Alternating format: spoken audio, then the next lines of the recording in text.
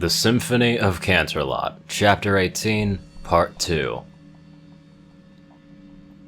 Mary herself grabbed the other Thule soldier's weapon.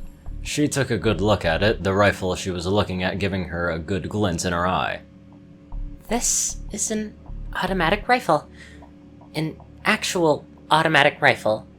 It's too small to be one, but from what I can tell, it actually is. I looked at Mary with curiosity. That look was actually similar to the seductive one she gave me yesterday. Then I heard her speak again. I could kill the whole world with this thing.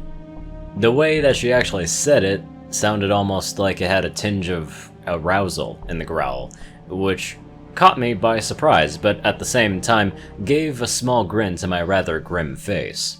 I then took the ammo for both weapons of the standing corpses of their former owners. I threw her the 4 magazines of the Germanic automatic rifles, or ammo for the GAR. I kept the 2 extra of the semi-automatic shotgun at the moment, and I just named it Devastator. I placed fire runes on the standing Thule's corpses' grenades, and it took about a minute, considering that I was able to do it by drawing it on all 16 grenades at once, with a bit of pyrokinesis and precision to avoid killing us both via comically timed explosion. I closed my eyes and saw the horror that was approaching. It was a terrible, indescribable thing as vast as sewer tunnels taking in both trotways. A shapeless congery of protoplasmic bubbles, faintly self-luminous, and with myriads of temporary eyes forming and deforming as pustules of greenish light. I opened my eyes in terror, sweat setting on my brow. I lit up my horn and the 4 Thule corpses galloped, and they screamed loudly. They were off, right before they could continue their full-speed gallop. In addition, Mary and I began to hear some submachine gun fire and the sound of the crackling of electricity off in the distance. I think we better go see. We galloped to the other tunnel to see far off into the distance, around 305 meters to be precise, probably.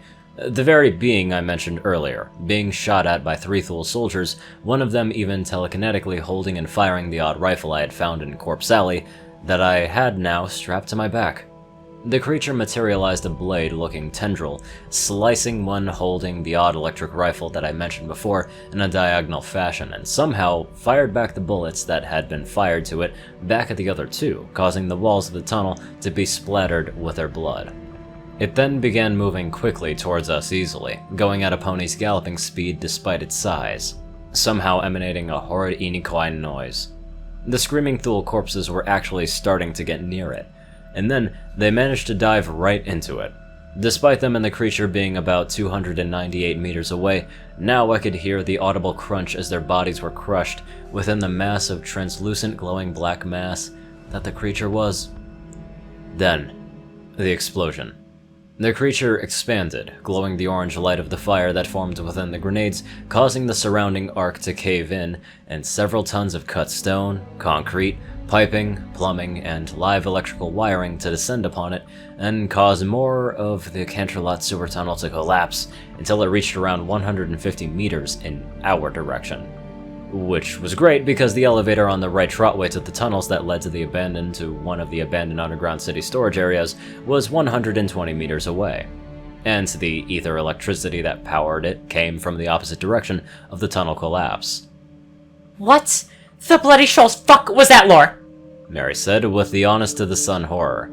I, on the other hoof, was still sweating and bearing a rather dismissal expression of dawning existential dread that, in all honesty, looked like the face one makes when their progenitors are in the midst of coitus and you're looking through the slightly open door of their bedroom.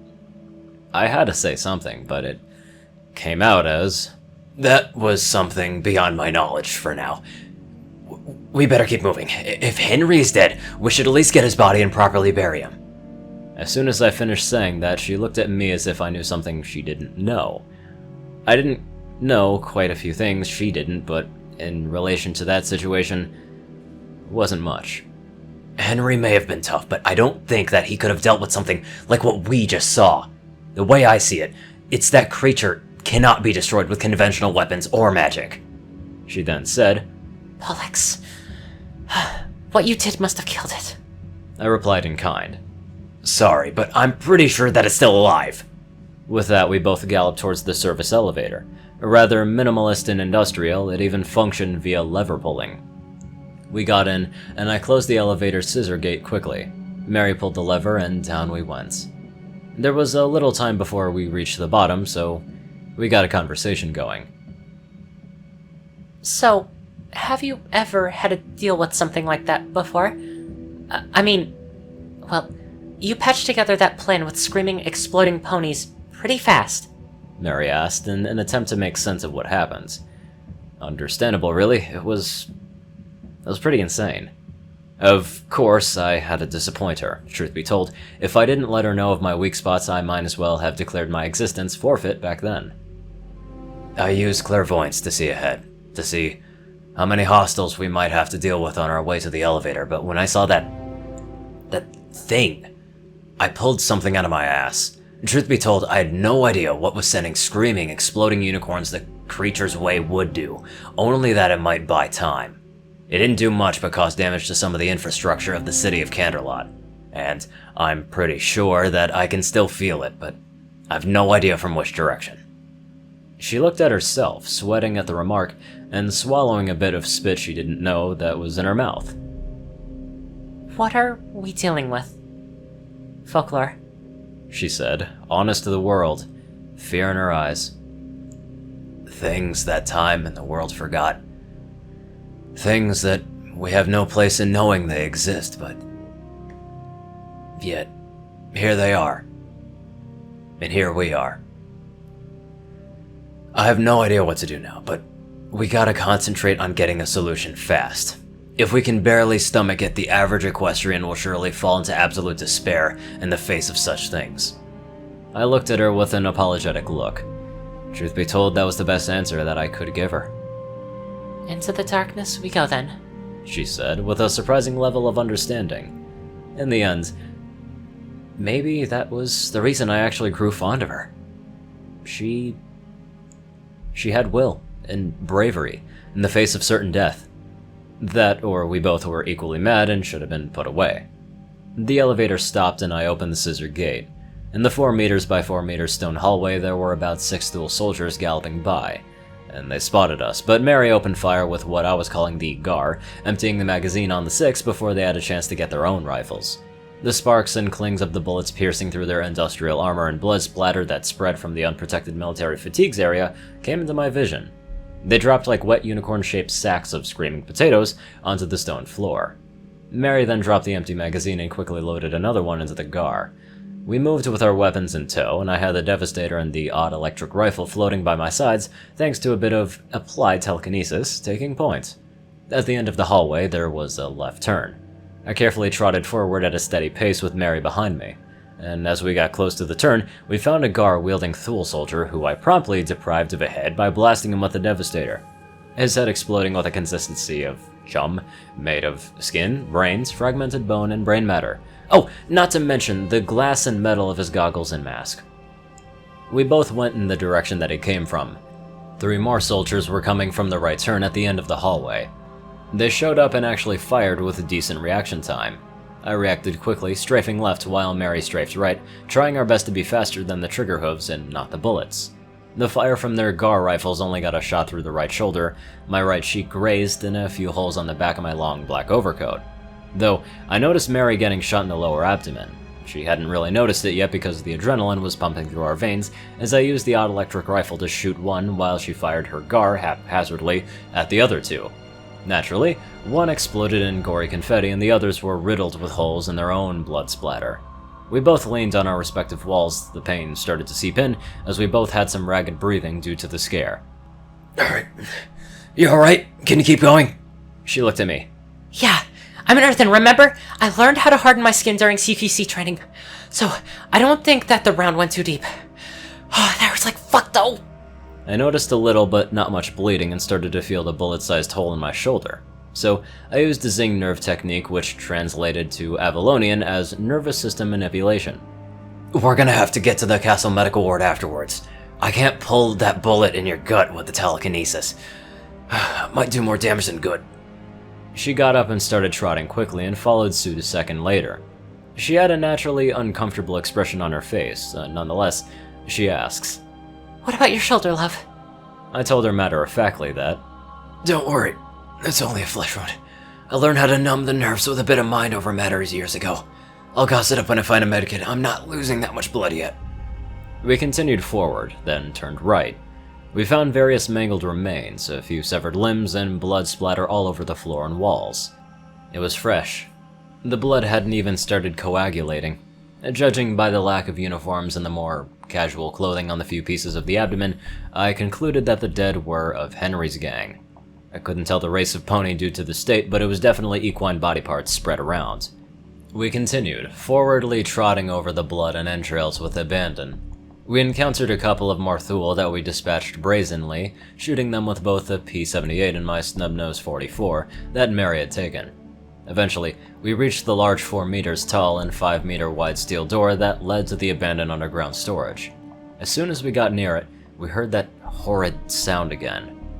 And we also heard gunfire, electrical sparks, and the screams of agony of a grown stallion. Mary and I pushed the large doors open.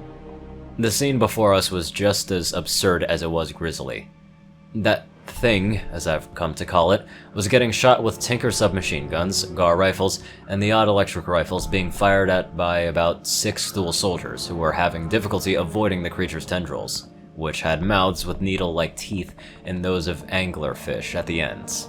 Its black translucent form shifting and slithering in various unpredictable directions within the massive vaulted ceiling storage area, which was 25 meters high and 30 meters in circumference. At the edge of the room was a large makeshift barricade of metal desks and wooden scraps of furniture, behind which were a couple of unicorns, 3 zebras, 5 griffins, and 4 Zing. Zing with Tinker submachine guns, and the rest with pattern 986 Enfield bolt-action rifles, all firing at the creature with no effect. One of the Thule soldiers, with his own odd electric rifle, was in a moment of carelessness, taken by one of the mouths at the end of a tendril. The mouth expanded and, like a viper, bit upon the head and upper body of the Thule soldier. Then it lifted the body of said soldier and smashed it to the ground, lifted it up and smashed it onto the ground to the right, then left, and finally it settled to continue smashing the Thule soldier in the same spot over and over again until he was nothing but a fleshy paste mixed with broken steel. Another one of the tendrils then instantly contorted to the form of a harvesting scythe and, in one fell swoop, sliced the head and the upper top of the heads of the unicorn Thule soldiers wearing electric generators on their backs and carrying odd electric rifles. Their blood sprayed with great ferocity around the area of their bodies. The thing started moving towards what I guessed was what was left of Henry's gang. Mary and I started galloping as fast as we could around the left side of the creature, and as we came closer we couldn't exactly stay close to each other, so we started avoiding the tendrils. Mary galloped ahead and used her earth and strength to quickly jump behind the barricade and crash into one of the rifle-wielding zebras that were in the process of reloading. I rolled to the right, avoiding one swipe from the scythe tendril, and I jumped, avoiding the tendril with a needle-tooth mouth. Another tendril with a needle-tooth mouth was heading straight for me, so in reflex I shot it with a Devastator, blowing it apart, only for it to reform a second later as I fell to the ground from the previous jump. The tendril then wrapped around me, restricting my movement, so I set a pyrokinetic blast towards the creature. I'd already lost my hat and the Devastator shotgun to the floor. I decided to slip out of my long black overcoat, leaving behind the P-78 pistol and my own odd electric rifle behind. I decided in half that seconds that the best option was to cause the rifle to explode, so I did that. I sent an overloading beam of magic towards the rifle while avoiding the tendril scythe again by jumping back. At that moment, I also realized that my throwing knives and my Kurdish dagger were also in that long black overcoat, as the rifle on the back began to glow a burning red. I telekinetically yanked away my long black overcoat as fast as I could, and in that second, the explosion happened, causing the thing to retreat back a few meters and to ripple from the resulting ether-electrical charge of the shockwave. Then, in 4 seconds, it reformed again. Just as I thought I had a breather, the equines and griffins behind the barricade opened Tinker submachine guns and Enfield 986 rifle fire on the thing. It took the bullets, glowed electric blue, and shot them back, killing 3 gang members, 2 zebras and a griffin, that were behind the barricade. At that moment I had lost most of my hope, but something appeared and stabbed that thing with a speed that even I couldn't register. It then exploded in a cloud of black translucent slime, sending me flying back to the barricade, denting one of the metal discs in the process. Once I managed to open my eyes again, I saw the very short sword that Brew brought me yesterday morning. There it was. The same hilt that was really a rough piece of petrified wood being attached to the banged up and broken blade by use of animal tendons and leather holding a blade made from a bronze-like material. It looked newer, somehow, and on the blade's center was a branch-like symbol etched into it, made of a single line with 5 other lines sticking out of it. It was floating in midair, surrounded by the translucent black substance of the thing that had caused so much havoc. It then fell to the floor with a small clang, and I quickly trotted towards it and I actually managed to pick it up with my right forehoof this time. The symbol on its center glowed a bright orange, ectoplasmic steam emanating from it as a sign of true power. I turned around towards the barricade, telekinetically gripping the blade as I went along, trotting towards the barricade to assess the damage. Then, a large one-eyed white-tailed eagle griffin wearing a black leather trench coat with a solid iron eye patch covering his missing eye flew from behind the barricade and landed right in front of me, the claws of his right foreleg replaced with steel-like claw blades. This was Henry, the Iron Claw of Siberia, and he had been living in Canterlot, spending the last 5 cleaning the lawless Canterlot narrows of all sorts of equine traffickers, murderers, and rapists alike. He looked at me, with his one golden eye. Arcanum folklore of the ghost of Orasan. While I appreciate your assistance in this matter, I'm oddly convinced that you have an idea of who the fools that attacked my sanctum are, not to mention that they were arrogant enough to think that they could control such a creature, no less. I decided that it was best to tell him. Yeah, I think it's best that I tell you what's going on here. The Thule aren't gonna wait around anymore anyway. At that moment, I thought on how Her Majesty Luna was. I hope that she didn't burn the flowers. If she got them at all, that is.